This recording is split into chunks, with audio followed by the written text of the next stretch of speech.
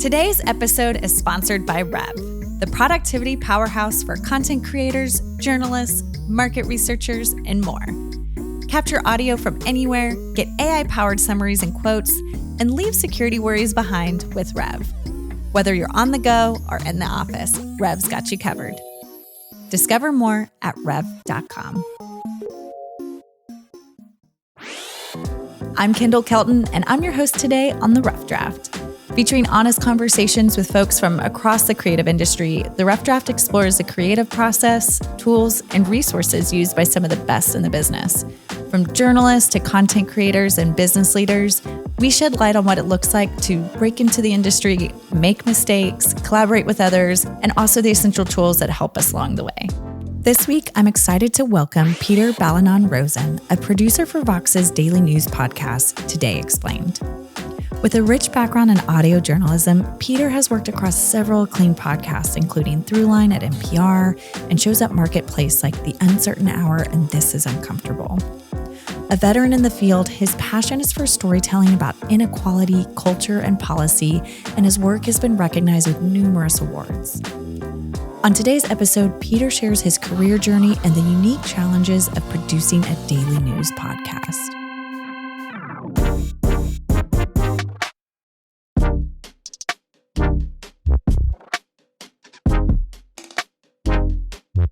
All right. Hi, Peter. Hey. Hi. Thank you for joining us today. Totally. I wanted to start from the beginning. So you've spent your entire career in audio, and you started first as a reporter in the public radio world, and you're now on podcasts. And I just want to kind of start with, how did you end up in audio journalism? Well, so actually, even before, when I was in college, I guess is when I got my start.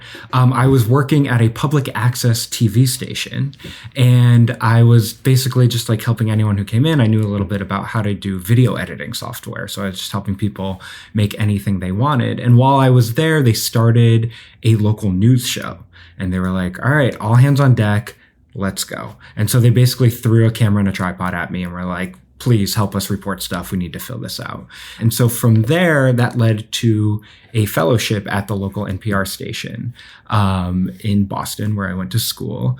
But being there, I then was surrounded by audio and surrounded by great radio storytelling. And having come from doing some TV stuff and had been thinking a lot about like kind of the pictures and whatnot, I really was astounded by how visual audio really could be and how it could really immerse you in a world. And like, you weren't necessarily reliant on the pictures you captured, but you could use the sound to kind of paint your own pictures and kind of create a whole scene for people who are listening. So I really fell in love with it there. I started off as an education beat reporter there in Boston. After that, I moved to Indiana, where I was working on a statewide team of reporters and was doing education reporting there.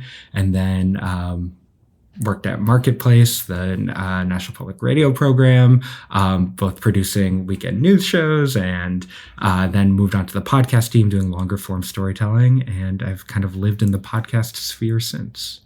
When you eventually landed at Marketplace, the shows you worked on were longer form and sometimes investigative, like The Uncertain Hour, which was nominated for a Peabody earlier this year. Recently. Congrats. Yes.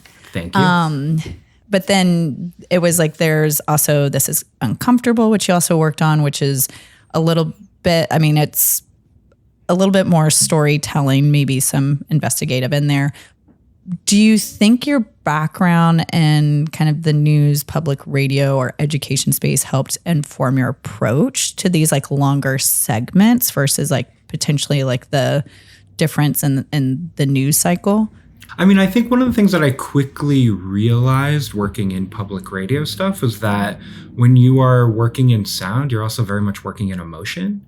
And so that was really something that, especially for the personal storytelling side of things, I feel like really helped kind of inform the approach about trying to basically reach people where they are and find ways to get them to open up to you on mic, I think makes like the most compelling audio that you can get. And so I think when you're doing kind of more investigative reporting, you're trying to maybe uncover something, but I feel like you're taking that same ethos when you're talking to people about themselves and their lives and trying to kind of uncover what's going on inside of them and get them to open up that way. So I feel like definitely even though, news and like tell me about your deepest, darkest secret, like can feel so very different, I think there are ways that kind of the two really help inform one another. Do you think that influenced why you adopted more of a producer role? I mean, I know you've done reporting as well, but you're leaning heavier into that. And so I just kind of want to hear a bit more about why producing maybe versus reporting. What I've grown to love with producing is that you can kind of do it all, right? Like, I really like the thrill of the hunt of like trying to find sources and like trying to find stories, which you're very much doing all the time as a producer. I also love getting to kind of create the whole soundscape that you're working with. And that's everything from the narration and the way that you're like choosing which sound bites to use from a source to the music, to the sound effects, to kind of like the way that you can really create a whole cinematic approach in the stuff that you make. And so I think from a producer's chair, you have a lot of opportunities to play with a lot of those different things. And so I think that when I was first starting out, I very much thought, okay, reporting, that's what it's all about, right? You want to go out there, you want to kind of be the face of it, you want to talk to the people, you want to be in the action. And I do love that stuff, but doing all the producing work, I realized that there is actually like a whole world to explore, and that's one facet of it. But getting to play with the sound, the feel, there's many different ways to do that. And you have a lot more control over that, I guess, from the producer's chair. And so now you're a producer at Today Explained from Fox, yes, which is a daily news podcast. I have to imagine like the balance of like comprehensive reporting with a rapid news cycle could be a bit of a grind. What is it like to try and plan ahead on a daily show? It's actually way more possible than I imagined before I was doing all this stuff. Because I think being in the news cycle, you are able to kind of predict often some things that might be coming down the line, or just kind of like be understanding where the conversation is. And I think we move on a team that is like very nimble, and so we can make things quickly, but we also have the opportunity to say, okay, hey, this is coming up, or hey, this is a interesting idea that will give us more time to spend. So even though it is a daily show, we're not creating something brand new every single day. At least I'm not. Well, considering that, what stories or themes are you personally most passionate about covering? Sure. I mean, I very much like things about culture and inequality. I think a lot of the things that I have really enjoyed covering are kind of like how like the realities of how like wonky policy plays out. I like covering a lot of like Supreme Court cases and kind of like constitutional decisions has always been like really interesting to me. So is like covering trends in like streaming wars and how like, copyright works within like the music landscape. Well, I had listened to a recent show, I think that you produced around how college students aren't reading as much as they used to. But I thought it was like really fascinating. I mean, that's like, it's one of those things where, yeah, maybe that wasn't in the headline of, various papers on that day. But I think that's a good example of like, no, but this is a thing that's like happening in the real world that everyone can, kind of understand and grok and find as interesting. Totally. And so it's not kind of, that drumbeat of all the craziness happening in the world all the time. Yeah, no. And I think that story is a good example of ways to find news related stories that like feel super relevant to people's lives, but aren't necessarily about like the TikTok of what happened yesterday or happened this morning. Right. And I think that's a good example of a show that like we were able to spend some time producing and making it feel kind of creative. But I think it was also like looking at a topic that felt very relevant to my own life, where I'm like, hey, I'm not reading as much as I used to. And it turns out college kids aren't either. And this is transforming education.